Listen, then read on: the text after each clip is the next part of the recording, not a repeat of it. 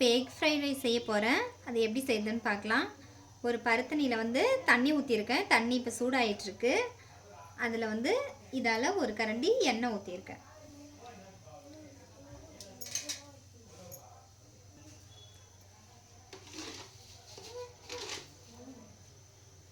அரை ஸ்பூன் உப்பு போட்டுக்கிறேன். எண்ணெய் ஊற்றினா தான் நம்ம பாஸ்மதி ரைஸ் வந்து ஒன்றோடு ஒன்று ஒட்டாத நல்லா உதிரி உதிரியாக இருக்கும். எண்ணெய் கொஞ்சம் தண்ணி வந்து கொஞ்சம் கொதித்து வரட்டும்.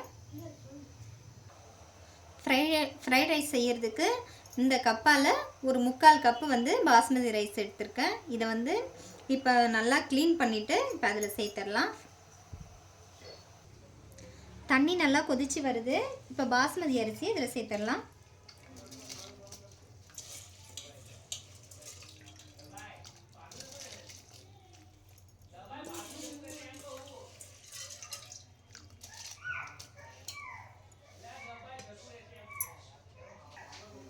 அரிசியை சேர்த்துட்டு நல்லா மிக்ஸ் பண்ணி விடுங்க.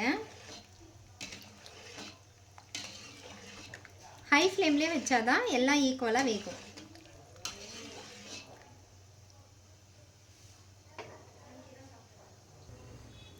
அரிசி வேகிறதுக்குள்ளே அடுத்தது நம்ம ஃப்ரைட் ரைஸ்க்கு வந்து எக்கு ரெடி பண்ணிடலாம். கடாயில் வந்து எண்ணெய் ஊற்றிருக்கேன். எண்ணெய் சூடாகிடுச்சு.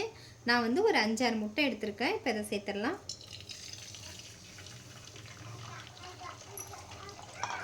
ரொம்ப கிண்டி விடாதீங்க. கொஞ்சம் நேரம் அப்படியே கொஞ்சம் செட் ஆகிட்டு இருக்கட்டும்.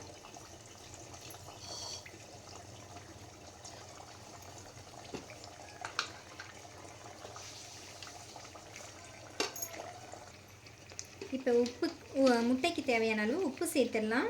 உப்பு வந்து இதால் 1/4 ஸ்பூன் உப்பு சேர்த்துருக்கேன். பெப்பர் வந்து இது ரொம்ப காரமாக இருக்கிறதால கம்மியாக சேர்த்துருக்கேன். இதால் 1/4 ஸ்பூன் பெப்பர். இதெல்லாம் சேர்த்து நல்லா மிக்ஸ் பண்ணிடலாம். ரொம்ப பொடி பொடியாக ஆகக்கூடாது. கொஞ்சம் பெருசு பெருசாக முட்டை இருந்தால் தான் நல்லாயிருக்கும். இதுக்கு லேசாக அப்படி மிக்ஸ் பண்ணி மட்டும் விடுங்க. இப்போ ரைஸ் ரெடி ஆயிடுச்சு. இந்த மாதிரி 3/4 பாகம் தான் வெந்திருக்கணும். ரொம்ப வெந்திருக்கக்கூடாது. இப்படி எடுத்து இப்படி உடைச்சி பார்த்தீங்கன்னா சாஃப்டாகவும் இருக்கணும். இப்போ இதை எடுத்து தண்ணி வடித்து ஆற வச்சிடலாம். இப்போ முட்டை ரெடி ஆயிடுச்சு. ரொம்ப வேகக்கூடாது. நல்லா சாஃப்டாக இருக்கணும். இந்த மாதிரி நல்லா சாஃப்டாக இருக்கணும். இப்போ அதை ஆஃப் பண்ணிடலாம். அடுத்தது ஃப்ரைட் ரைஸ் செய்ய ஆரம்பிக்கலாம். ஒரு அடிகனமான பாத்திரத்தில் செய்யுங்க. எண்ணெய் ஊற்றிருக்கேன். எண்ணெய் சூடாகிடுச்சு. பூண்டு சேர்த்துக்கலாம். பூண்டு வந்து இந்த மாதிரி குட்டி குட்டியாக கட் பண்ணி வச்சுருக்கேன். பூண்டு சேர்த்துக்கலாம்.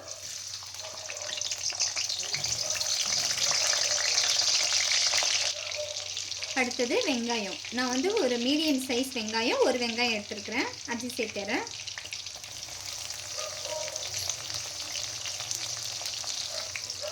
அடுத்தது பச்சை மிளகாய்.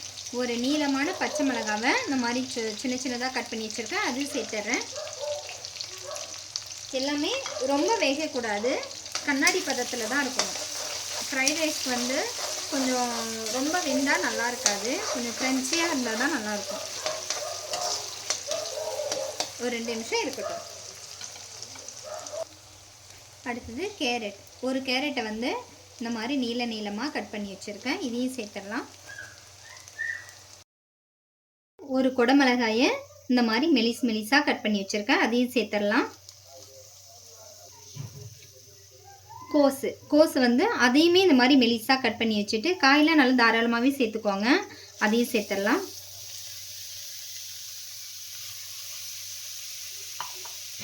சேர்த்துட்டு எல்லாத்தையும் நல்லா மிக்ஸ் பண்ணிவிடுங்க. பீன்ஸ் சேர்த்துக்கலாம். இதில் நான் பீன்ஸ் சேர்க்கலை. நீங்கள் பீன்ஸ் கூட இதில் போட்டுக்கலாம்.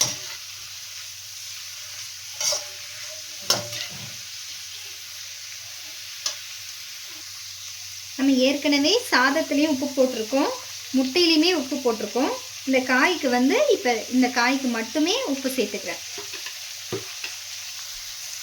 உப்பு சேர்த்துட்டு நல்லா மிக்ஸ் பண்ணிவிடுங்க. கொஞ்சம் நேரம். இதுவுமே ரொம்ப வேகக்கூடாது. ஒரு 2-3 நிமிஷம் இருந்தாவே போதும். லைட்டாக ஒரு சாஃப்டானாவே போதும், ரொம்ப வெந்துடக்கூடாது. இருக்கட்டும்.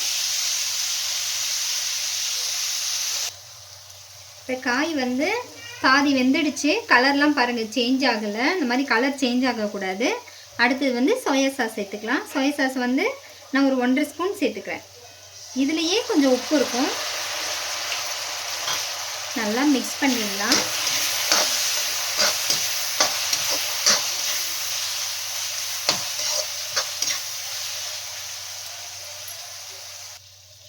அடுத்தது நம்ம பாஸ்மதி ரைஸ் சேர்த்துக்கலாம். இந்த மாதிரி உதிரி உதிரியாக இருக்கணும், அதையும் சேர்த்துடலாம்.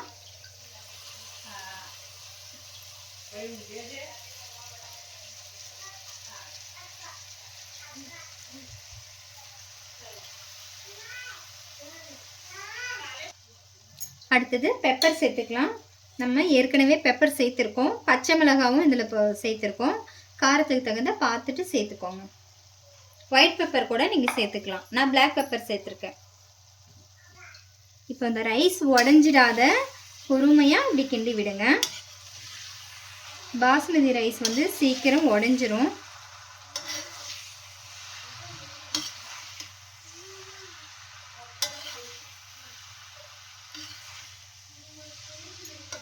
அதுக்காக தான் இதை ரொம்ப வேக வைக்கக்கூடாது. ஒரு 3/4 பாகம் வெந்தாவே போதும்.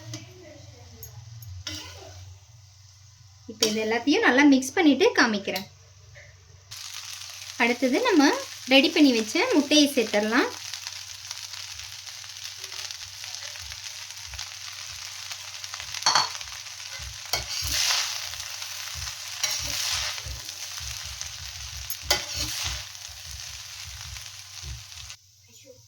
இப்போ நல்லா மிக்ஸ் பண்ணிவிட்டேன். ஹை ஃப்ளேமில் வச்சு நல்லா மிக்ஸ் பண்ணுங்கள், அப்போ தான் நல்லாயிருக்கும். இது